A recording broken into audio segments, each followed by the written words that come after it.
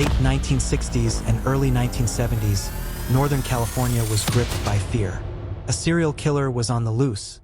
One who didn't just murder his victims but played psychological warfare with the public, the police, and the press. He called himself the Zodiac.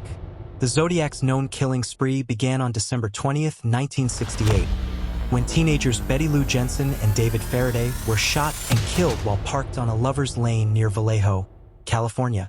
It was a brutal, seemingly random execution. No suspects, no apparent motive. Just 7 months later, on July 4th, 1969, another couple, Darlene Ferrin and Michael Mageau, was ambushed in a similar setting. Darlene was killed. Michael survived. Shortly after the attack, an anonymous man called the police, admitted to both crimes, and provided details that hadn't been released to the public. On August 1st, 1969, the killer mailed 3 nearly identical letters to the San Francisco Chronicle, the San Francisco Examiner, and the Vallejo Times-Herald. Each included 1/3 of a 408-symbol cipher, which he demanded be published or he'd strike again. He signed the letters with a strange symbol, a circle with a cross through it, a crosshair. The cipher was eventually cracked by an amateur husband and wife team. His message was chilling. "I like killing people because it is so much fun." On August 7th, a follow-up letter arrived at the Examiner. It began, "This is the Zodiac speaking." It was the first time he used the name that would make headlines for decades.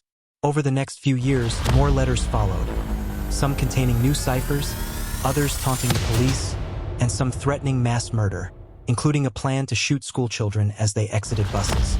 The Zodiac struck again on September 27, 1969, near Lake Berryessa. A young couple was picnicking when a man in a hooded costume, complete with the Zodiac symbol, tied them up and stabbed them. The male victim survived. The woman did not. The killer drew his symbol and the date of the crime on the couple's car before fleeing. 2 weeks later, on October 11th, he shot and killed a cab driver named Paul Stein in the heart of San Francisco. This time, there were witnesses, children who saw the man leave the scene. The police even briefly encountered a man matching the description, but let him go, having been told to look for a black suspect due to an early communication error. The Zodiac later mailed a piece of Paul Stein's bloody shirt to prove he was responsible. Over the years, countless suspects were investigated. The most well-known was Arthur Lee Allen, a convicted child molester who fit many aspects of the profile. He was even named in a 2007 film Zodiac based on the case.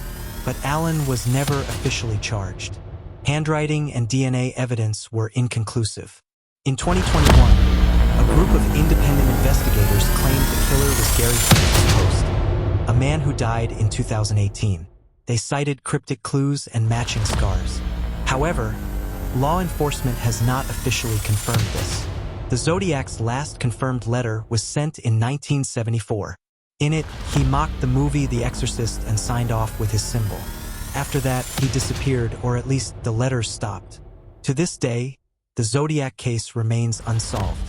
The FBI closed its official case in 2004 but reopened it later.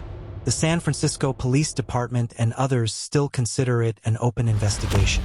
The Zodiac Killer claimed to have murdered 37 people, but only 5 have been officially confirmed. He created a blueprint for modern criminal mythology: anonymous, theatrical, media-savvy, and elusive. His ciphers, some still unsolved, continue to intrigue and frustrate codebreakers around the world. Even decades later, the Zodiac remains one of the most infamous serial killers in American history, not just for the murders he committed, but for the chilling game he played with the public.